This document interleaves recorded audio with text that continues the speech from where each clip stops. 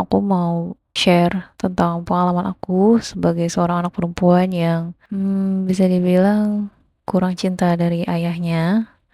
Jadi aku harap ayah yang ada di muka bumi ini, yang ada di Indonesia khususnya, bisa lebih memahami anak-anaknya lagi, bisa lebih memahami anak perempuannya khususnya, karena punya anak perempuan itu luar biasa, sangat-sangat butuh perhatian khusus ketimbang anak laki-laki. Walaupun mau anak laki-laki atau perempuan ya sama-sama butuh perhatian, tapi anak perempuan ini perhatiannya khusus dan ekstra. Di sini aku nggak mau menyalahkan ayahku, karena gimana pun beliau juga adalah ayah yang minim informasi, ayah yang kurang paham gimana mempelajari anak-anak, soal anak-anak, karena yang beliau tahu ya cuman kerja-kerja aja, cuman cari duit aja. Nah, ini yang mau aku tekenin buat para ayah ataupun calon ayah. Aku di sini memposisikan diri sebagai anak 28 tahun yang haus akan cinta, karena aku nggak dapet itu dari rumah. Aku nggak dapet itu dari ayahku. Jadi aku selalu mencari cinta itu keluar. Dan ini yang aku harap bisa dicegah untuk anak-anak kedepannya, khususnya anak-anak perempuan. Karena anak perempuan ini banyak yang harus dijaga. Jangan sampai dia terjadi hal-hal yang kurang mengenakan nanti di masa depan.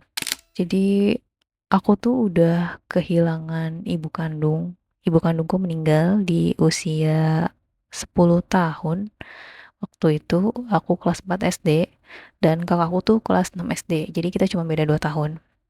Nah, selepas kepergian mama itu, dewasa ini aku baru sadar kalau ternyata ayahku tuh nggak tahu gimana caranya ngedidik anak-anak. Jadi pas mama meninggal, dia kayaknya tuh shock banget tuh. Ini anak gue harus gimana ya? Ini gimana ya cara ngedidik anak gue? Karena ternyata selama ini ya yang nemenin aku sama kakakku, yang ngajarin kita banyak hal, ngedidik kita, nemenin sekolah kita, itu tuh mama gitu, almarhumah. Nah, ini pentingnya kenapa ayah jangan cuma mau bikinnya doang. Jadi kalau anak itu kan titipan ya. Saat kita sudah menikah, kita memutuskan untuk punya anak, ya jangan semua diserahin ke istri gitu. Nah, lu sebagai suami jangan sibuk kerja aja, karena istri, anak perempuan itu yang paling dibutuhin adalah emotional supportnya, bukan cuman sekedar kasih duit aja. Yang utamanya tuh bukan itu. Jadi ketika dia kehilangan emotional support, dia kayak kehilangan separuh tujuan hidupnya. Dia kehilangan separuh semangat hidupnya gitu. Ini yang aku rasain gitu.